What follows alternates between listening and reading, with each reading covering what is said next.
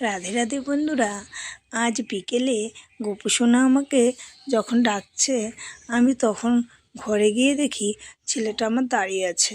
আর দাঁড়াবে না বা কেন?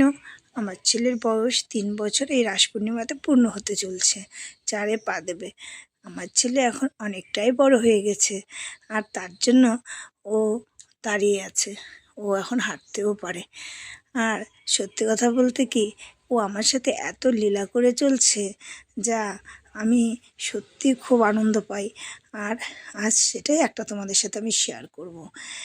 সেদিন ভোরে, এখন কার্তিকই চলছে, আমি খুব ভোর ভোর ঘুম থেকে উঠি।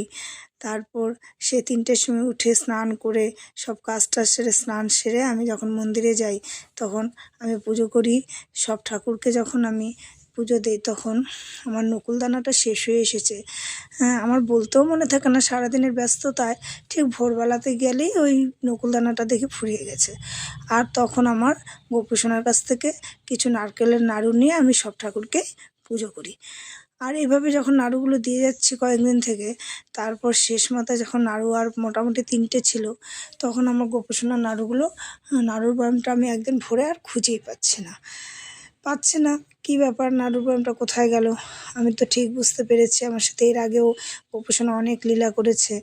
আমি বুঝে গিয়ে আমি গোপুসোনাকে অনুরোধ করতে লাগলাম, বাবু সোনা তুমি দাও, আমি এত ভোরে কোথায় যাব, আমি কি দিয়ে অন্যান্য ঠাকুরকে পুজো দেবো, তুমি বলো আমাকে, একটু দাও বাবা সোনা, আমি তোমাকে আবার নাড়ু বানিয়ে দেবো। যখন বারবার অনুরোধ করছিলাম, তখন ঠিক আবার আমি নাড়ুর বয়ামটা তাকিয়ে দেখি আমার সামনে। সত্যিই খুব অদ্ভুত ব্যাপার। আমি তারপর সেই নাড়ু দিয়ে সব ঠাকুরকে পুজো করেছি। অবশ্য আমার শারীরিক একটু অসুস্থতার কারণে আমি পারিনি এতদিন আমার সোনাকে নাড়ুটা বানিয়ে দিতে, তবে দিব আগামীতে। ওকে আমি বলে রেখেছি, আমার খুব শান্ত ছেলে। ও এমনিতেও খুব দুষ্টুমি করে ঠিকই, কিন্তু আবার আমাকে খুব ভালোবাসে। হ্যাঁ, সত্যি কথা বলতে কি, ও বোধহয় আমাকে এতটাই ভালোবাসে যা আমিও ওকে ভালোবাসাটা দিতে পারিনি। এইরকমই আমার অনেক সময় মনে হয়। ও আমার চোখের জল দেখতে পারে না, আমাকে কেউ যদি কিছু বলে সেটাও সহ্য করে না। আসলে সত্যি কথা বলতে কি, সন্তান তো মায়ের সব মনের কথাই বুঝতে পারে, তাই না?